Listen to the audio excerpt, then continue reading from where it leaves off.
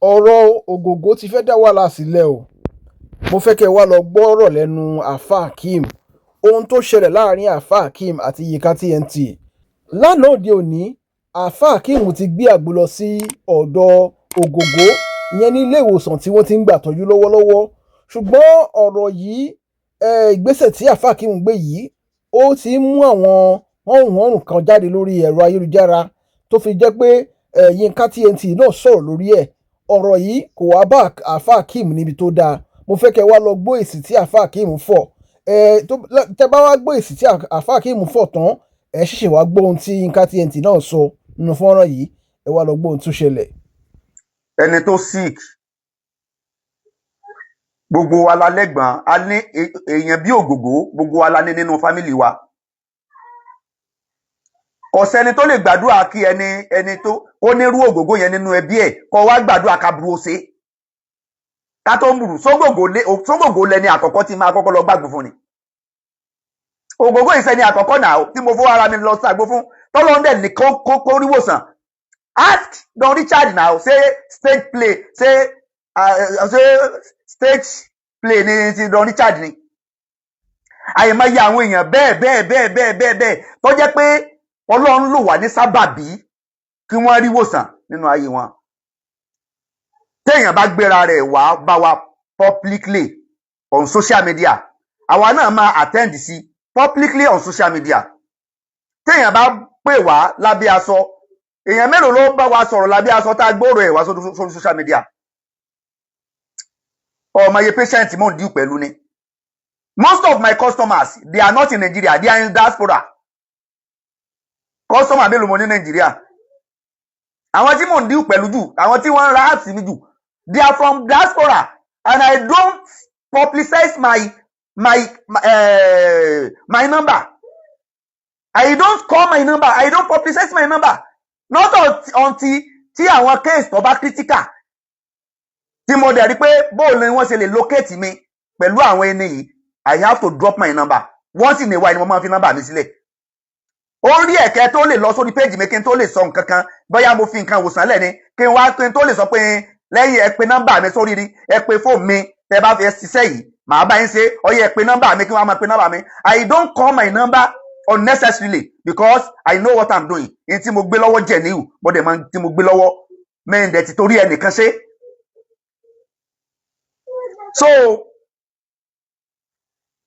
kéèsì Alhaji wa Taiwo Zani Ogogo, bí kéèsì wọn ṣe wá ló jẹ́ kí n address ẹ̀. Publicly lọ́mọ wa wá sórí social media.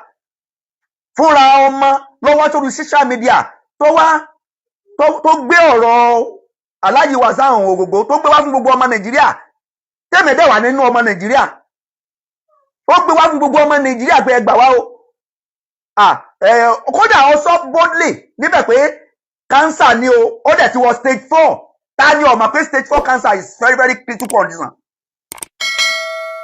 Àfàlábòsí èèyàn, alábòsí ẹ̀dá ló máa sọ pé stage 4 cancer o kì í ṣe critical condition. What have I done wrong? Tí n bá tiẹ̀ tó bá jẹ́ pé bí mo ṣe sọ yẹn, àwọn family ọ̀fẹ́, I need to apologize to the family of Ogogo. Kí wọ́n má bínú. Kí wọ́n má bínú. Mo fi àsìkò yìí bẹ̀ wọ́n, mo dẹ̀ fi àsìkò yìí rọ̀ wọ́n. Kí wọ́n má bínú. Ṣùgbọ́n in tó bá ti dórí social media, ó ti kúrò ní táàkì ń gbọ́ mọ́.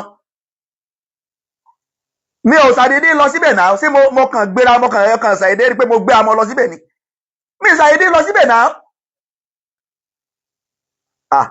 Igi súnmọ́gi lọ̀bọ ń yọ. Igi súnmọ́gi lọ̀bọ ń yọ. Ṣé màá kàn ṣàdédé kó àgọ́ ọmọ yẹn tí mo fi ṣe ni? Yinka Tnt sọ́ra rẹ o, mi ò kí ń bínú o. Mi ò kí ń bínú o. Fi tiẹ̀ ṣe tiẹ̀. Kí n fi tèmi ṣe tèmi o. Sọ́ra rẹ o.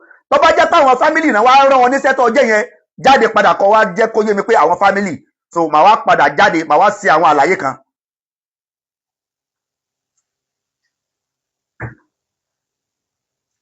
Ọmọ Alhaji wa Taiwo Ogogo ó wá sórí social media. Èmi ò tiẹ̀ mọ̀ pé nǹkan kan báyẹn ń ṣẹlẹ̀. Àwọn fans ni wọ́n bẹ̀rẹ̀ sí ní tag mi. target ń bẹ lórí fóònù mi lẹ́yìn òru ọjọ́ tí àárọ̀ ọjọ́ tí mo ṣe fídíò yẹn kí n tó jí bóyá òru ìjẹrin mọ́júmọ́ ìjẹta. Target ń bẹ ní orí fóònù mi ní òru ọjọ́ yẹn kílẹ̀ ò tó mọ́. Nígbà ò tó tẹ̀ nǹkan mo pa fóònù lóru pé àwọn wo ni wọ́n mẹ́sẹ̀jì mi lóru, àwọn nìkan wo ni wọ́n pè mí lóru. Ìgbà tí ilẹ̀ mọ́ tí màá tan fóònù mi, ìyá wa kan torí fáǹsì àwọn tí wọ́n máa ń pè mí pọ̀, and I don't save numbers. Mi ò kì í save number because ẹni omi tó bá mọ níwọ̀n lèyàn máa ń rẹ́ lásì. I have numerous customers in diasporas. Little customer ni mo ní Nàìjíríà. So mo bẹ̀rẹ̀ sí ní oríṣiríṣi tagging. Ìgbà tí máa fi jí láàárọ̀ ọjọ́ yẹn, mo kàn rí pé orí fóònù mi kún, mẹ́sẹ̀jì ti pọ̀ rẹpẹtẹ. Tí n bá sí mẹ́sẹ̀jì eléyìí, please Alhaji Ogogo in need of you, please help Alhaji Ogogo, please. Oníkálukú kí ni mo fẹ́ ṣe? Nígbà ó dẹ̀ jẹ́ pé humanity wọ́n dá máa wá ni. Bàbá tó bí mi ó sin ọmọnìyàn tó fi jáde láyé ni. Bàbá mi ò kí ń fi ọ̀rọ̀ ẹni tí nǹkan kan bá fẹ́ ṣèyàn, tí bàbá mi bá ní gbogbo agbára ni bàbá mi máa ń sà láti lè ràn yàn lọ́wọ́. Ọ̀nà alhamdulilayi mo jogún ohun tó dá látara bàbá mi. Ti Don Richard nígbà tí ọ̀rọ̀ Don Richard ṣẹlẹ̀, so ṣebí ó gbé wọ́n sórí social media náà ni mo dẹ̀ pè wọ́n, èmi náà dẹ̀ ṣe fídíò pé mo ní ìdí Don Richard o, mò ń wá o, mo fẹ́ ṣe girls comment.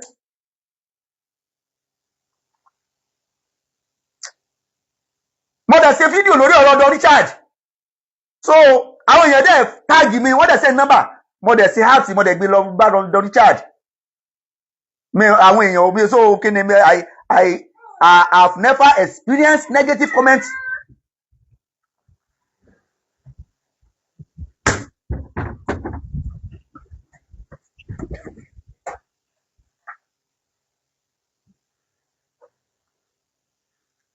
Mo dẹ̀ wá Don Richard lọ, mo dẹ̀ present heart fún. And alhamdulilayi ṣe stage play nìyẹn.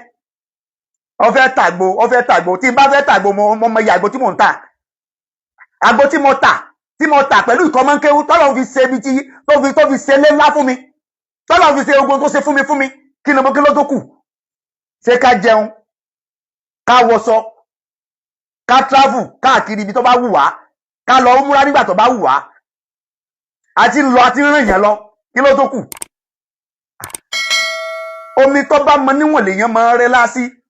Ìnífẹ̀ẹ́ ọmọnìyàn tí ń bẹ lára wa, ó ló jẹ́ ká ṣe ń tà ṣe. Ọmọye tí mo ti tó kọ́ọ̀sì mi àti lílọ àti bíbọ̀ àti rẹ́sípì tí mo gbé lọ fún wọn ni.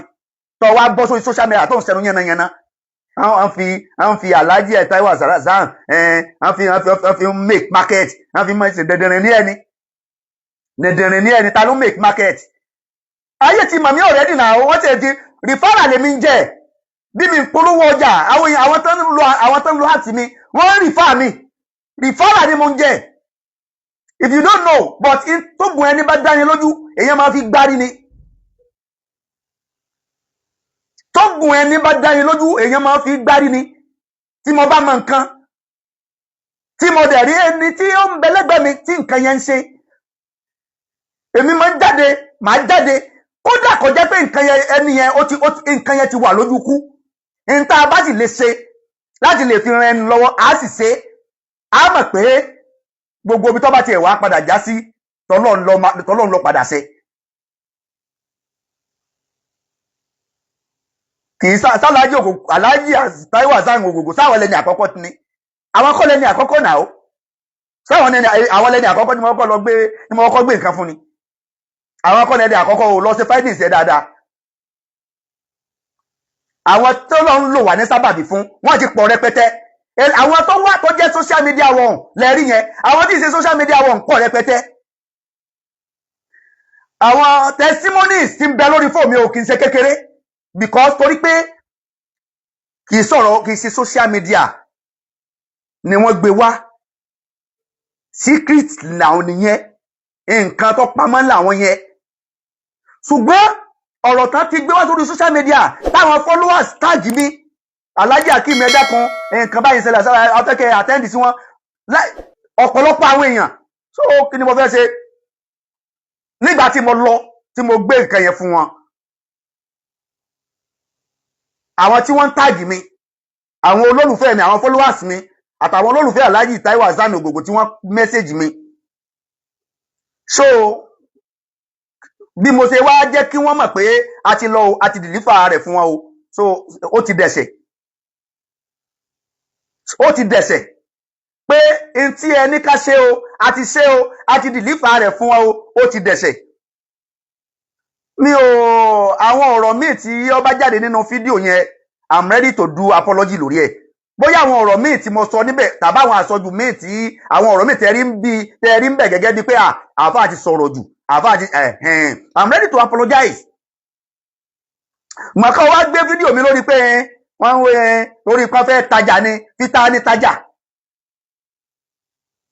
ni tajà so ṣé ọjà tí màá fi Alhaji Ogogo tà ní so Ọlọ́run fi ṣe oore fún mi débi tó dé yìí ni àbí kíni èmi ò ní ṣèyàn tí máa fi ẹ̀mí èèyàn tajà o tó bá jẹ́ yẹn ni o tó bá jẹ́ tí wọ́n bá lè ṣe bẹ́ẹ̀ èmi ò sí lára ẹni tó lè fi ẹ̀mí èèyàn tó lè fi tajà ṣùgbọ́n etí tó bá gbọ́ àlọ ọ gbọ́dọ̀ gbọ́ àbọ̀ tó bá jẹ́ pé ọ̀rọ̀ tí ò lórí social media ni tó máa ń wò wá sọ lórí social media pé nǹkan báyìí o ó ṣe bàbá òun o irú wa ò yá alẹ́ mọ̀ ìgbọ́ ọmọdé tí wá lórí social media gbogbo àwọn èèyàn ti mọ̀ àwọn tọ́mọ̀ náà ni wọ́n pè wá àwọn tán wá pè wá nígbà tá a lọ tá a dẹ̀dẹ̀ kò yẹ ká fún àwọn èèyàn lábọ̀ pé n tẹ́ pè wá lé lórí o a ti lọ o a ti bọ̀ o a ti ṣe báyìí o a ti ṣe báyìí o àdúrà ló kù o ká má fún wọn lábọ̀ so ìyẹn ti wá di pé wọ́n fi ń tajà lọ́sọ̀ gbogbo ẹni tó ní nọ́mbà mi lọ́wọ́ lórí social media lénìí wọ́n ṣe wàhálà kan tó rí ni kò sẹ́ni tó lè sọ pé ìsílẹ̀ lò ní nọ́mbà mi because I don't call my number on social media pé o ẹ dákun o ẹ pè wá sórí nọ́mbà yìí tí ó bá jẹ́ pé bóyá irú nǹkan tó critical tá a ní láti wá ọ̀nà láti dọ́dọ̀ ẹni yẹn ṣẹlẹ̀.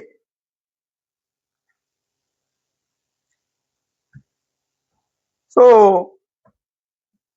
kí wá ní ifá tọ̀tọ̀ bá tẹ̀ wá jẹ́ sí pé lẹ́yìn pé a gbé fún ọ gan a pe nọ́mbà gan àti fi tajà so kí ni tó wọ̀ sínú pé ká pe nọ́mbà fáwọn èèyàn pé irú tó ṣẹlẹ̀ yìí o tá a bá fẹ́ kírú ẹ̀ ṣẹlẹ̀ ìyá ẹgbà nọ́mbà wa ká tiẹ̀ wá tó bẹ́ẹ̀ ká tó wá tó burú èmi òun tẹ́ tí máa ń pe náà because orí fóònù mi ti kún already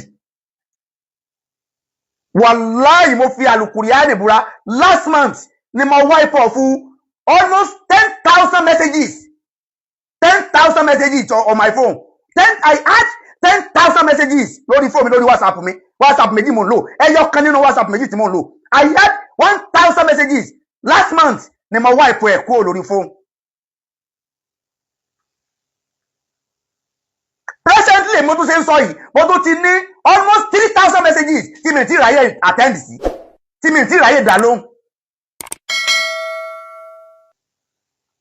Yinka Tnt sọ́ra rẹ o má rí bínú Ọlọ́run àlìjàsá min jinsil amali àlìjàsá min jinsil ibi Ọlọ́run gbé àwa ga délé ní tọ́lọ́ mú wa délé ní èèyàn kan kọ́ ni yóò jà wá bọ́ èèyàn kan kọ́ ni yóò kọ̀yìn Ọlọ́run sí wa torí pé fúnra Ọlọ́run ló kọjú sí wa èèyàn kan kọ́ ọ̀wà rí ọwá so mi ma èròǹgbà rẹ lórí tó ṣe ṣùgbọ́n pẹ̀lú èròǹgbà rẹ yẹn Ọlọ́run máa fi dá ẹ lẹ́jọ́. Fídíò tí mo ti ṣe analysis fún àwọn followers mi lánàá pé a ti lọ o a ti dé o àwọn tí wọ́n pè mí Alhaji wa Nla Sile Ati wọ́n pè mí wọ́n láwọn family wọ́n react sórí fídíò yẹn but they promise wọn because mo lọ síbi kan lánàá so ìgboro ni mo wà lánàá mo lọ bí kan lánàá gbàtí máa fídíò ti rẹ̀ mí so ní òru èní mo delete fídíò yẹn because wọ́n ní àwọn family react sí pé wọ́n láwọn like báwọn yẹn ṣe ń sọ there is no problem but they delete fídíò yẹn kó lórí fóònù mi. ó delete fídíò yẹn kó lórí fóònù mi. So kí ni ti Yinka Tnt? mo ti ọjà rẹsipí mi ó ti kúrò lórí Nàìjíríà, mo ti gbé lọ China, mo ta rẹsipí ní China, kò sí orílẹ̀-èdè, kódà àwọn orílẹ̀-èdè míì tó ti ń pè mí tí mo tún lọ lẹ́nu ọjọ́ mẹ́ta yìí láwọn house ti tiwa. My house is an international house tèmi ti di international because mo mọ tí mo ń ṣe. àwọn tí wọ́n dẹ̀ ń ra house lọ́wọ́ mi rìfánà là ń jẹ́, tó o bá tajà ẹyin kò ní tajà yẹpẹ̀ kó má gbowó òkúta. tó o bá ta ń tọ́da fáwọn èèyàn wọ́n á rìfá rẹ̀ sáwọn èèyàn míì. tí mo bá dẹ̀ gbowó lọ́wọ́ àwọn èèyàn, tí mo bá gba owó táwọn èèyàn bá sanwó fún mi because èrò pọ̀, àwọn tí mo bá gbowó lọ́wọ́ àwọn èèyàn tí mi ráyè deliver house fún, náà bá pè mí tọ́sẹ̀ ní rìsíìtì, mo ń dá owó àwọn èèyàn padà, èmi máa ń dá owó àwọn èèyàn padà. látọdún tá a ti wà lóṣù sí mẹ́ta tí ń ta house, tó bá jẹ́ pé ajẹ́ fọ́wọ́ ni tàbí ajẹ́ ẹni tí ó máa ń mú kànmọ́kàn ni, ayé wọ́n á ti gbé ọ̀rọ̀ wa wá sórí social media. ẹlòmíì àsanwó fún tá ti gbàgbé, tá a ti máa gbàgbé ọjọ́ tó lọ má dẹ̀ kádàrà tí wọ́n bá mẹ́sẹ̀jì wa pé áàpì àwọn nǹkan kan àwọn ò ní ìdí àti yẹn mọ́, àwọn ti rà níbòmíì because ọmọ ń take time kẹlòmíì tó kókó tó rí wa bá sọ̀rọ̀. mo mọ iye mẹ́sẹ̀jì sí ń bẹ lórí fóònù mi tó yẹ pé mẹ́sẹ̀jì olóṣù mẹ́fà ó ń bẹ lórí fóònù mi, mẹ́sẹ̀jì olóṣù mẹ́fà ń bẹ lórí fóònù mi. ẹlòmíì ti ń tẹ̀ nọ́mbà mi láti last year ní tá a ti ráyè sọ̀rọ̀.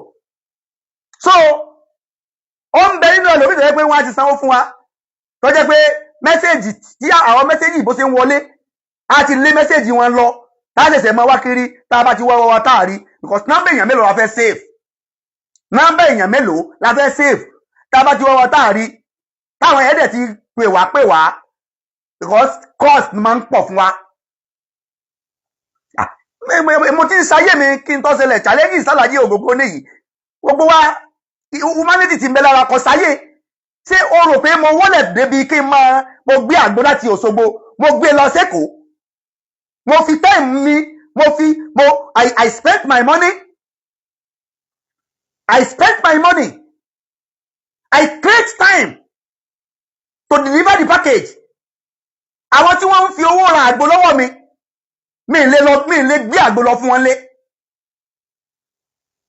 àwọn tí wọ́n ń fi owó tí wọ́n ń fi 500,000 600,000 ra àgbo lọ́wọ́ mi tó ọ̀bá mọ̀, àwọn èèyàn ra àgbo 600,000 lọ́wọ́ wa, wọ́n ra àgbo 500,000 lọ́wọ́ wa, wọ́n ra àgbo millions of naira lọ́wọ́ wa láti oríṣiríṣiríṣiríṣi.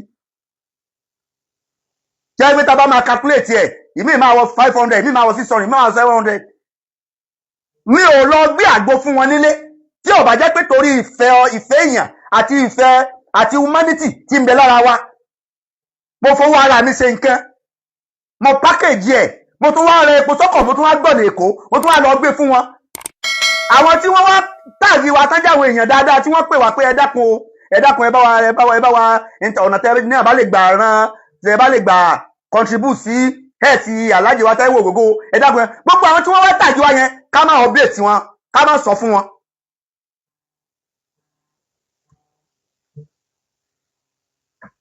so bí mo ṣe wá update àwọn èèyàn tí because ọ̀rọ̀ ẹ̀sì Alhaji wa Faraya Ogogo kì í ṣe ń tọ́ pamọ́, ó ti dórí social media already. so àwọn tí wọ́n wá update wa tí wọ́n sọ fún wa tí wọ́n bá wa sọ̀rọ̀ pé ká ṣe àgbo fún wọn, so tá a wá lọ gbé fún wọn, a ní láti fáwọn yẹn lábọ̀ mọ́, àbí ṣé wọ́n individual ní kí n máa pe àwọn yẹn, àwọn tí mi mọ̀ ṣé jẹ́ pé àwọn torí pé àwọn tí wọ́n mọ̀ wá wọ́n pọ̀ ju àwọn tí a mọ̀ lọ.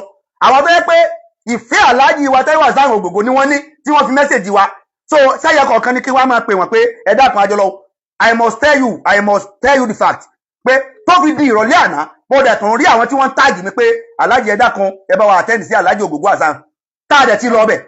tó fi di ìrọ̀lẹ́ àná wàláì mo fi Al-Qur'an búra, tó fi di ìrọ̀lẹ́ àná làwọn èèyàn tó ń pè mí tí wọ́n ń táàgì mi lórí ẹ̀ tí wọ́n pé ẹ dákun afẹ́kẹ́ ẹ bá wa attend sí wọn, ẹ dákun wọ́n ṣe wá ń sọ wọn pé a ti lọ a ti dìde nípa kódà àti ṣe fídíò láàárọ̀ yìí, ìyẹn mo ń sọ fún ọ lánàá bẹ́ẹ̀. so báwo la ṣe fẹ́ jẹ́ kí àwọn tí wọ́n tààgì wa, báwo la ṣe fẹ́ jẹ́ kí wọ́n mọ̀ pé iṣẹ́ tí wọ́n tọ́mọ Nàìjíríà gbélé wa lọ́wọ́ àti jẹ àti deliver rẹ̀. Mo ready láti make apology nínú fídíò yẹn. Tó bá ní àwọn ọ̀rọ̀ kan tí mo sọ tó bí gbogbo family nú, ẹ dákun ẹ má bínú, gbogbo family Ogogo. Tó bá ní àwọn ọ̀rọ̀ tí mo sọ tó nígbà tí mo update àwọn èèyàn lórí ìgbà tí mo ń ṣe fídíò yẹn, mo bẹ̀ gbogbo ẹ̀yin family Ogogo, ẹ̀yin Ogogo family, mo bẹ̀ yín ẹ má bínú. Tó bá jẹ́ pé ó láwọn ọ̀rọ̀ kan tí mo sọ tẹ́ ẹ like tó bí nínú lórí ìgbà tí mo ń ṣe update, but I have to update people lórí recipe tí mo gbé wá fún yín. Kódà ààyè tí ọ̀gbà mi ni èmi yìí lọ gbé recipe fún yàn kí n má ṣe fídíò ìgbà tí mo bá mu níbẹ̀ torí pé ayé gbẹgẹ́ kò sáyé. Ó yẹ kí n gbé recipe yẹn, ó yẹ kí n send ẹ̀ ni, ó yẹ kí n send ẹ̀. Mo fẹ́ send ẹ̀ tẹ́lẹ̀ ni, àwọn kan ló pè mí náà nínú àwọn fáǹsì wa àtàwọn èèyàn tọkọtọ náà ni wọ́n pè mí pé Alhaji ẹ má send kìíní yìí torí èmi gan there is no time for me, mi ń ráyè. Ní tí mo ń ṣe pọ̀ ju kí n fi time lẹ̀ kí n lọ sẹ́kọ̀ọ́. Go come aago 11 to 12 ni mo tó wọlé lálẹ́ ẹjọ́ yẹn, to 12. Nínú ọmọ tá a jọ lọ mi mà bí o ti jẹ àárọ̀, à ń dáná oúnjẹ lọ́wọ́ ni mo ní mú lọ́wọ́ ní à ń lo Èkó. Ìgbà tá ń bọ̀ láago ní after 7 tá a fẹ́ gbéra lẹ́kọ̀ọ́ ni mo tó ń bi léèrè pé ṣé wọ́n tiẹ̀ ti jẹun nígbà tí mo rójú ẹ̀ bó ṣe dọ̀ ó lóun ò tí jẹun. Wọ́n á ẹsẹ̀ fún un lówó pé tá a bá ti wà ní hold up o ọya ra bread. Àfẹnu kan anything ẹni tó ti jẹun láàárọ̀ kò tó kù lẹ́ oúnjẹ tí ń bẹ nínú anybody la gbé lọ la gbé bọ̀. Ẹni tí ò tí jẹun kò jẹun tá a fi dé Ìbàdàn.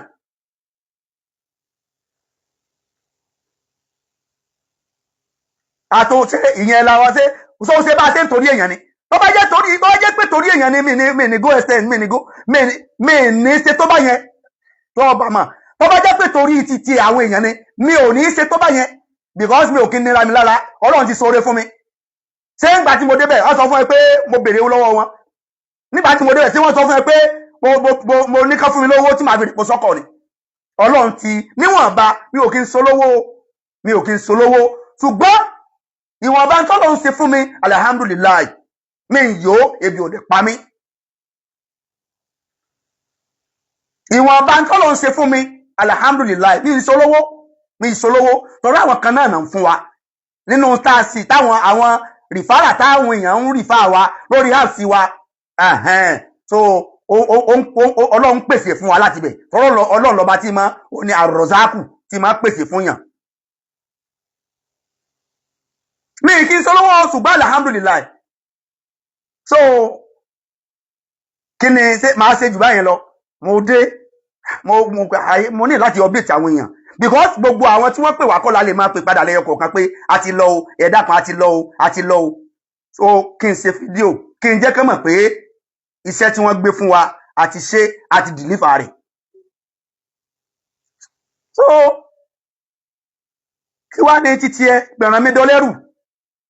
Tẹ́ ẹ bá ti já tí followers tẹ́ ẹ bá ti ráwọn èèyàn tẹ́ ẹ bá ti refuse lórí page yín mọ́ àwọn ọ̀rọ̀ tí ò kàn ẹ́ àwọn ọ̀rọ̀ tí ò kàn yín lẹ́ máa dá sí. Ọ̀rọ̀ tí ò kàn yín lẹ́ máa dá sí.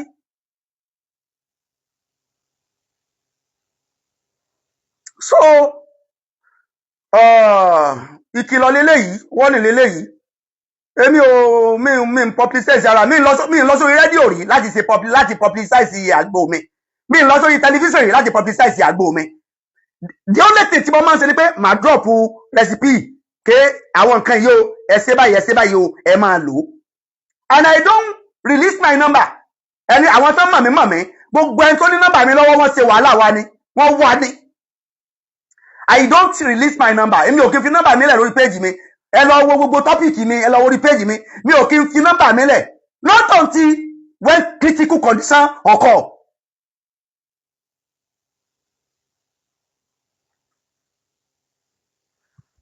Until when it is necessary to release my number. Tí n bá rí pé ó necessary láti release number mi fún àwọn èèyàn láti lè contact mi ìsílẹ̀ láì ní dààmú. Ìgbà yẹn ni mo tó máa fi number sílẹ̀.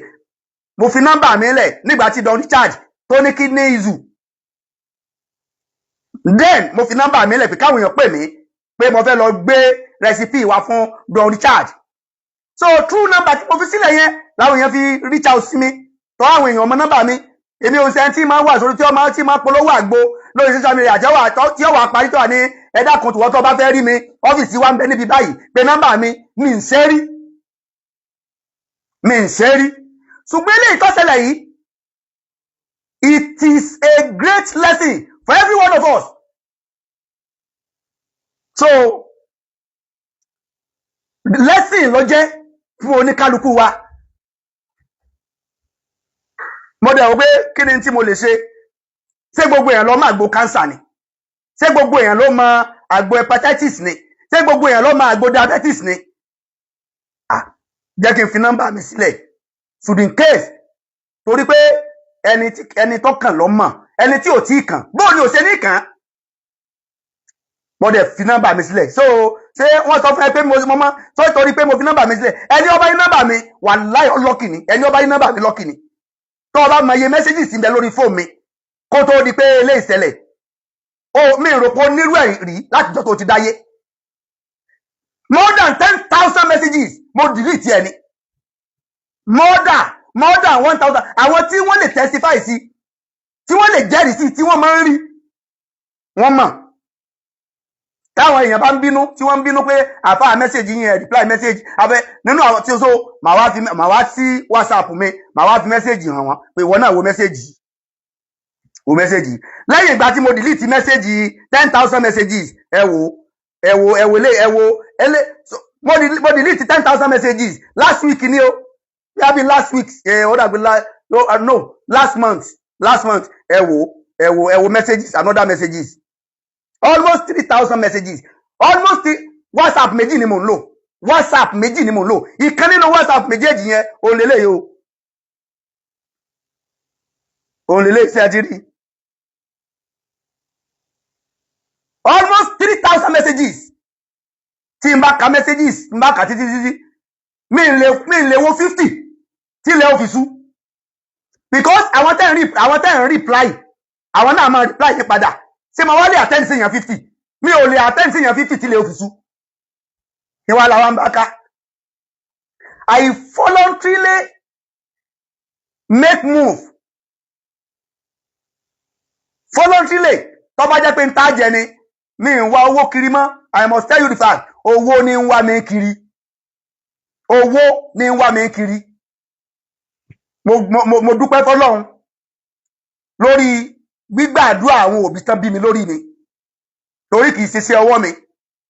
Gbígbàdúrà àwọn òbí mi lórí mi ni.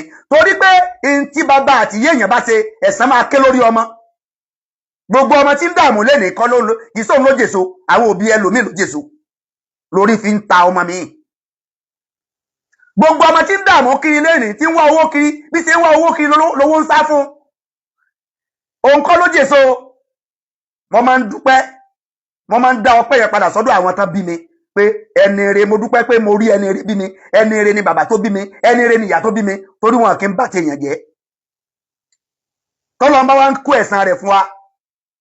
Tá dààmú, tá wá owó kiri tó fi ń wá wá kiri. So kí là ní dúpẹ́ fún? Èmi ò fi Alhaji Ogogo, mi fi wọ́n wá followers, mi dẹ̀ fi wọ́n wá owó, mi fi wọ́n wá customers. Àwọn tí referral là ń jẹ́, àwọn tí ń ra house wa, wọ́n ń refer wa sí ọ̀dọ̀ àwọn èèyàn. Àti tójú wọn ọ̀bà mọ́ làwọn èèyàn ní refer náà ni àwọn tí wọ́n ń lo sẹ́ wa. Sí àwọn tí wọ́n ti tara wa rí ìgbàlà, àwọn tí wọ́n ti tara wa rí ìwòsàn.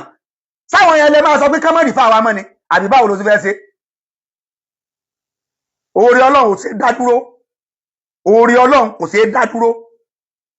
Èèyàn kan ò lè block oore Ọlọ́run. Kulillahumma malikal mulki tu'til mulka man tasha wa tanzi'ul mulka mimman tasha wa tu'izzu man tasha wa tuzillu man tasha bi yadikal khayr innaka ala kulli shay'in qadir. Bi yadikal khayr innaka ala kulli shay'in qadir. Gbogbo tí ń jẹ́ oore ọwọ́ Ọlọ́run ló wà náà. Yinka Tnt sọ́ra rẹ̀ má jẹ́ kí n bínú tí n bá bínú sí yàn yí máa parẹ́ ni o, má jẹ́ n bínú o. Mo mọ̀ tí ń gbénú mi o, mo dẹ̀ mọ̀ tí ń gbára mi. mi ò kì í báyàn jà mi ì dẹ́ dá síyàn jẹ́jẹ́ mi mo lè wà controversial mo máa wà controversial lórí òdodo ni o lórí òdodo mi ò kì í tí n bá jẹ̀bi èèyàn mo máa apologize màá bẹ̀bẹ̀ tí n bá rí pé mo jẹ̀bi ẹ tó bá fa allegation kàn mí tí mo rí pé mo jẹ̀bi ẹ màá bẹ̀ ẹ́ kó má bínú ni torí ẹ̀ ló jẹ́ kí n máa sọ fún àwọn Ogogo families tó bá jẹ́ pé explanation tí mo ṣe fún àwọn fans mi lánàá tá a bá rí àwọn ọ̀rọ̀ tó bí wọn nínú níbẹ̀ kí wọ́n má bínú kí wọ́n fi mí yá Ọlọ́run kan fi mí yá Muhammad Ọlọ́run ọba wa fún bàbá ní àlàáfíà tó péye pẹ̀lú ògo Ọlọ́run ní sí wọn lẹ́lẹ́mì kúkúrú wọn ní kánjú kú o Ọlọ́run ó sì bá wa dúró ti gbogbo family náà àwọn Ogogo family tán bá rí inú tí mo sọ nínú àwọn explanation mi lánàá àwọn messages mi tún wọlé call wọlé messages wọlé call wọlé messages wọlé call ọlọ́ọ̀lọ́mọ iye call tó ti wọlé lẹ́nìí messages bí call ti wọlé messages wọlé àtàlẹ́ àná mo ti pa fóònù mi mo ẹsẹ̀ hàn rẹ̀ ní ìsinmi nígbà mo fẹ́ send message sí Alhaji Ati pé n tí wọ́n sọ yẹn o pé kí n delete o mo ti delete ẹ̀ so fídíò tí mo ṣe lánàá tí wọ́n sọ tó wọ́n ní ó ti wà deleted already so àwọn explanation tí mo fi kó àwọn èèyàn ní ìkan ìwòsàn ara meaning tó ti wọ millions pọ̀ lórí fóònù mi táwọn èèyàn dẹ̀ ń lò tó ń ṣiṣẹ́ fún wọn èmi ò kí ń ṣe recipe kí n wá sọ pé ẹ jẹ́ kí n bá yín ṣe màá ṣàlàyé ẹ̀ fún àwọn èèyàn lórí péèjì mi ni pé ẹ lọ ṣe fúnra yín má wà sọ́dọ̀ mi má jẹ́ ń bẹ́ẹ̀ ṣe ìwọ náà lọ ṣe fúnra rẹ bí mo ṣe máa ń sọ fún àwọn èèyàn lórí péèjì mi nìyẹn ìyẹn tó dẹ̀ jẹ́ kí n máa sọ bẹ́ẹ̀ ni pé owó tèmi gan kún kò sáyè mọ́ ẹni tí n bá gbaṣẹ́ lọ́wọ́ ẹ̀ tí mo bá ní mo fẹ́ bá ṣe wàláhì mọ́ ọ̀nà ẹ̀ ni téèyàn bá pè mí lórí pé Alhaji anídìkan báyìí tí mo bá gbà á mọ́ ọ̀nà ẹ̀ ni tí mi bá dẹ̀ parí nǹkan bíi méjì mẹ́ta ni mo dẹ̀ máa ń gbà tí mi bá parí ẹ̀mí òkè àtẹ́ǹdì sí àwọn kọ́sítọ́mà tó kù rísìn yẹn tí mẹ́sẹ̀jì ti máa ń pọ̀ lórí fóònù mi tí mi bá parí iṣẹ́ kan mi ní ṣe mí torí pé tí n bá ti lè lọ gba owó tó pọ̀ jọ mo lè má lágbára àti deliver message àti deliver package so Ọlọ́run má dẹ̀ bà wá lórúkọ jẹ́ èmi náà ń protect àwọn orúkọ mi one way or the other because my dignity is very very important my name is very very important orúkọ bàbá mi ò bàjẹ́ orúkọ tí bàbá mi lò tí ò bàjẹ́ tí màmá mi lò tí ò bàjẹ́ why tẹ́ wá jẹ́ pé mi orúkọ orí mi àti wá bàjẹ́ just because of fools just because of money so ẹ bá mi wọnú Yinka Tnt o tó bá jẹ́ pé family lọ́rùn ẹ ṣe fídíò kó jẹ́ kí n mọ̀ pé family lọ́rùn ẹ tí kì í bá wá ṣe family lọ́rùn ẹ tó jẹ́ pé ọ̀dásẹ̀ rẹ jẹ́ òǹyájú o mi ò kí ń sẹ́ńtẹ̀ máa ń kọlu o òǹyájú o tá a bá kàn ti ń pàdé lórí social media àwọn abọ́nikálukú ṣe wéètì tó òǹyájú o mi ò sẹ́ńtẹ̀ máa kọlu o because mi ò kí ń kọlu yẹn o ìjọ tó ti ń ṣe program ẹ tó máa ń ṣe mi ò ta sí ẹrí mi ò kọlu ẹrí olórí péjì ẹ o òǹyájú o ìgbà tó bá jẹ́ pé àwọn family lọ́rùn ẹ ṣe fídíò lórí ẹ kí n mọ̀ pa àwọn family lọ́rùn ẹ assalamu alaikum wa rahmatullahi wa barakatuh. Mẹ́ta òun ni a gbé lọ fún wọn ní àná torí pé apps yẹn tóbi wọ́n ní wọn lè aláwọ̀ ká gbé wọlé torí pé 5 litres kan 2.5 litre kan pẹ̀lú powder tó wà nínú bọ́tù kan àti omi àdúrà tá a fi sẹ́msẹ́m sí ẹyọ kan bá a ṣe páàkì ẹ̀ nìyẹn gbogbo àwọn àgbo yẹn díẹ̀díẹ̀ sínú bọ́tù water àwa gbé sápò kódà ká tó débẹ̀ kí ẹnu ọ̀nà báyìí wọ́n fún mi ní táàgì tí mo gbọ́dọ̀ fi sáyà ká tó lè aláwọ̀ mi láti lè wọlé sí ọ̀dọ̀ wọn so bàtà dẹ̀ dọ́dọ̀ wọn subhanallah téèyàn bá jorí ahun pẹ̀lú kọ̀ǹdíṣàn tí Alhaji wa Taiwo Ogogo wà àdúrà ni wọ́n nídìí o ẹjẹ́ àfàdúrà àgbo tá a gbé lọ fún wọn a gbìyànjú ajé ni o so mo dé inú wọ́ọ̀dù tí Alhaji wa Taiwo Hassan wà àríra the first thing tí mo kọ́kọ́ ṣe ni pé mo ṣàdúrà fún wọn mo fẹ́ jábọ́ lójú mi bí mo ṣe rí wọn wàláhì omi fẹ́ jábọ́ lójú mi pé Alhaji Taiwo Hassan àwọn náà wà nírú condition báyìí dead alive stage 4 cancer is dead alive condition wọn ó critical níwọ̀n bá o mi ní sọ́jú báyẹn lọ o condition wọn critical níwọ̀nba àdúà Alhaji wa Taiwo Hassan wọ́n nílò àdúà gbogbo àwọn ọmọ Nàìjíríà pátá ó dẹ̀ àwọn herbs tí mo gbé lọ fún wọn tí mo ní mo gbé sápò yẹn mo gbé lẹ́yọ kọ̀ọ̀kan mo ṣe sínú kọ́ọ̀pù mo mú níbẹ̀ lójú wọn lẹ́yọ kọ̀ọ̀kan mo bẹ̀rẹ̀ sí ní ṣe sínú kọ́ọ̀pù mo mú níbẹ̀ pé eléyìí àkótẹ́ máa lu lílé àkótẹ́ máa lu lílé so lẹ́yọ kọ̀ọ̀kan ni mo mú lójú wọn. Ẹ kú dédé wòyí ẹ̀yin olólùfẹ́ Yinka Tnt ẹ kú bójú ọjọ́ ṣe rí ṣe dáadáa ni mo bá yín ẹ̀yin èèyàn mi tẹ́ wà ní diaspora pàápàá yín tẹ́ wà ní health and social care line bóyá tẹ́ jẹ́ nurse tẹ́ jẹ́ doctor tẹ́ jẹ́ gbogbo ẹ̀yin ni mo fẹ́ bá sọ̀rọ̀ àti àwọn èèyàn kọ̀ọ̀kan ní Nàìjíríà every time làwọn èèyàn máa ń wu ìwà tó jẹ́ wípé ó máa ń put èèyàn off ẹ mọ̀ further nípa Nàìjà ó máa ń jẹ́ kí èèyàn máa dúpẹ́ pé Ọlọ́run ò ṣeun ó yọ mí kúrò ńbẹ̀ and every time àwọn èèyàn máa ń wu ìwà tó máa wá ń disgrace Nàìjíríà online wípé ẹ ní standard honestly every time ni máa ń ṣe pé ẹ ní standard ẹ wo nǹkan tí àáfà mi ò bú yín o mo fẹ́ kẹ́ kọ́gbọ́n nínú nǹkan tí mo fẹ́ sọ yìí torí mo gbọ́ pé ẹ̀yin náà ń ṣe iṣẹ́ kinní kan mo dẹ̀ mọ̀ pé ó yẹ kán kọ́ yín ní confidentiality ó yẹ kán kọ́ yín ní consent mi ò bú yín bọ̀ mo fẹ́ kẹ́ kọ́gbọ́n ẹ má rí bíi pé mo fẹ́ kẹ́ kọ́gbọ́n kí àwọn tó kù kó kán gbọ́ even àwọn medical doctors mo fẹ́ kán kọ́gbọ́n nínú ọ̀rọ̀ yìí ní ìlú yìí ó máa níbi tó máa bá dé tó bá ní wọn ò lè lògùn fún ẹ mọ́ ọ̀ kinní kan wọ́n máa pè ẹ́ wọ́n máa advice ẹ pé nǹkan tó máa ṣẹlẹ̀ rèé wọ́n á pe àwọn family ẹ wọ́n á ṣàlàyé nǹkan kan fún wọn mo rí pé ẹ lack àwọn bóyá àwọn doctors àwọn professionals wọ́n lack irú nǹkan báyẹn ní ilé bóyá nítorí wípé a máa ń believe lórí miracle a dẹ̀ jẹ́ kí ẹ̀tàn pé àdúrà a máa ń jẹ́ kó yí orí wa a kì í fẹ́ face reality níbo ni mò ń mọ́rọ̀ mi lọ every time le máa ń disgrace Naija every time le máa ń jẹ́ káwa ta wà láàbọ̀ pàápàá wa ta gbé iṣẹ́ yìí dání ẹ máa ń jẹ́ kí inú wa dùn ká dúpẹ́ pé Ọlọ́run yọ wá kúrò ńbẹ̀ torí ẹ̀yin tẹ́ bẹ́ ṣe máa ń hùwà ọ̀pọ̀lọpọ̀ yín máa ń hùwà bẹ́ẹ̀ ni pé inú zoo wípé ẹni tó bá wà ńbẹ̀ yẹn inú òkùnkùn ló wà kò sí nínú ìmọ́lẹ̀ now ẹ gbé nǹkan lọ báyàn ní hospital nǹkan tó wà against the profession tó wà against the ethic of that profession tó jẹ́ wípé ordinarily ẹ̀yin náà sọ pé wọn ò allow yín tí wọ́n fi lè allow yín pé kẹ́ gbé wọ bóyá wọ́n wò pé nítorí ó jógògó wọ́n wò pé nítorí pé ọmọ ẹ ti jáde wọ́n wò pé kinní kan káwọn kan ṣàánú yín ẹ wá mọ implication nìkan tẹ́ wá sọ online yìí wípé ẹ mọ̀ pa ẹgbẹ́ yẹn ní association ẹ mọ̀ pé ẹgbẹ́ yẹn ní wọ́n ní policy ẹ mọ̀ pé nǹkan tẹ́ ṣe ẹ lè fi ibẹ̀ yẹn hospital yẹn ẹni tó allow yín doctor medical director hospital yẹn ẹ lè fi sí wàhálà pẹ̀lú nǹkan tẹ́ wá sọ online ni irú nǹkan báyẹn ò lè ṣẹlẹ̀ ń bí láéláé tó bá fẹ́ lo irú nǹkan báyẹn fún family ẹ̀ wá yà mọ̀ gbé kúrò lọ hospital lọ sílé lọ lò fún ni o ò ní lò fún nínú hospital wọ́n wá allow ẹ pé kó gbé wọlé despite pé wọ́n mọ nǹkan tẹ́ ẹ ń gbé dání wọ́n allow yín kẹ́ gbé wọlé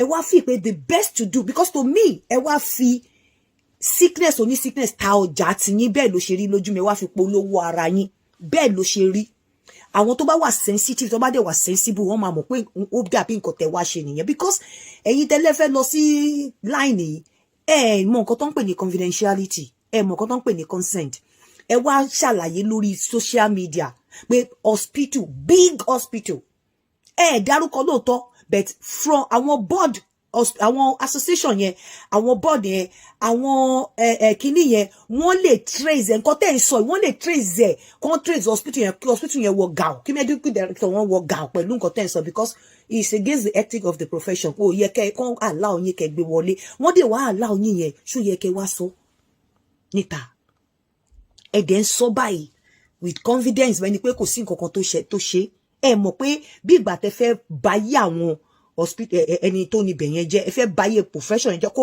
right now ìkejì ni wípé ọmọ Ògògó tó wá sọ níta wípé bàbá òun sick ó ní stage 4 cancer family ẹ̀ ni ọmọ bíbí ẹ̀ ni tó bá jẹ́ wípé Ògògó wà òkè tí ó béèrè lọ bàbá ẹ̀ pé òun fẹ́ sọ tí bàbá ẹ̀ bá ní kó má sọ kò tó bẹ́ẹ̀ bí bàbá yẹn ṣe sick gan tó bá bàbá yẹn ní next of yẹn àbí bàbá yẹn ní èèyàn tó wà into his care tó ní kó má jẹ́ káwọn ọmọ òun gbọ́ pé nǹkan tó ní àwọn doctors yẹn wọn ò yẹ kán ṣe wọn tó bẹ́ẹ̀ láti disclose ẹ̀ okay òun ló wá disclose ẹ̀ lórí social media pé bàbá òun sick because òun wá help or bóyá kò understand or doctor jẹ́ kò understand situation pé stage 4 cancer ó wá síta láti fún àwọn kan àwọn pray àwọn tó ń wo oúnjẹ ó wá fún wọn lóúnjẹ gbogbo èèyàn náà àwọn lè ṣe okay ó wá fẹnu ara bó dẹ̀ ṣe wá sọ kò sọ condition tí bàbá ẹ̀ wà ó kàn sọ fún wa pé bàbá òun ní stage 4 cancer yìí tó bá lọ́pọlọ lórí wọn ti mọ situation tó wà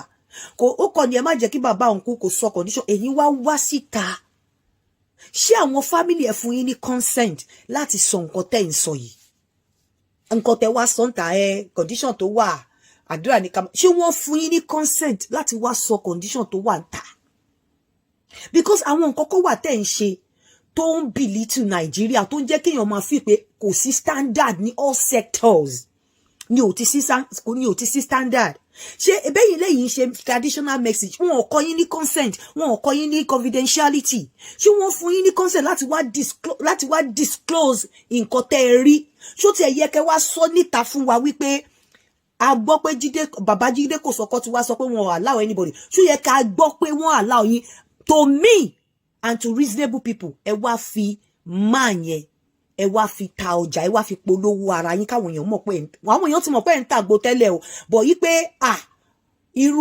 irú yín start pé irú yín wọ́n allow irú yín láti gbé nǹkan lọ wọ́n láti believe nínú yín ẹ wá fi máa yẹn tajà ni honestly mi ò bú yín o anybody tó bá gbọ́ pé ẹ gbé nǹkan lọ ẹ ṣe iṣẹ́ lọ fá Ògògò wọ́n mọ̀ máa pè yín left and right pé tó lè believe nínú ẹ̀ kó gbéṣẹ́ wá sókògò kò wà fair kò right tẹ́ bá rí yàn sọ fún yín sà all shades of wrong ni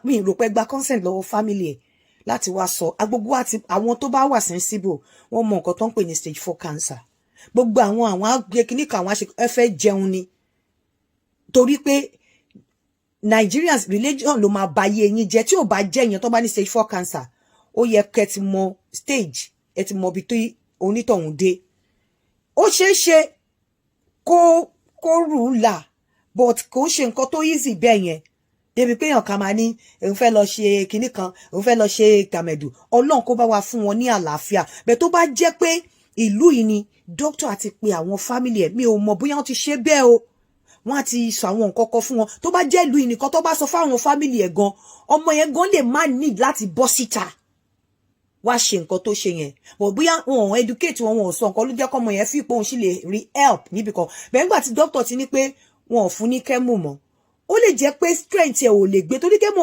ọ̀nì tí òun gan ikú wàhálà ni ẹ wá lọ nìyẹn ṣó yẹ kẹ́ ẹ wá sọ ṣó yẹ kẹ́ ẹ wá disclose nǹkan tẹ́ ẹ rí without the consent of the family because wọ́n pọ́n fún ní consent ni mo fi nǹkan tẹ́ máa kọ́kọ́ sọ ní pé àmọ́ ti gba consent o wọ́n allow mi láti sọ o gbogbo èèyàn àmọ̀pọ̀ ti fún yín ní consent then apart from that ṣó yẹ ká gbọ́ ipe hospital tó wà allow yín láti gbé nǹkan tó wà against the ethic of the profession anybody ló lè gbọ́ tó dẹ̀ lè competition against that hospital pé kò safe pé anything ló lè gbé wọlé àwọn other patient gan èèyàn míì wọ́n gbà láti gbóúnjẹ wọlé wọ́n lè lọ gbóúnjẹ wọn ẹni tó fẹ́ pa wọ́n lè fún wọn ní poison pé hospital yẹn wà security conscious hospital yẹn wọn ṣe risk assessment wọ́n allow nǹkan tó wà against kìíní kan wọ́n gbé wọlé tó hospital bá máa ní kó lọ tẹsẹ̀ lébọ̀ wá ti kúrò lọ́dọ̀ wọn kó tó ní lọ tẹsẹ̀ lébọ̀ bẹ́ẹ̀ wọ́n wá allow yín bí nítorí ọ̀nà tó fógògò ẹ̀dẹ̀ wá síta ẹ̀ wá sọ.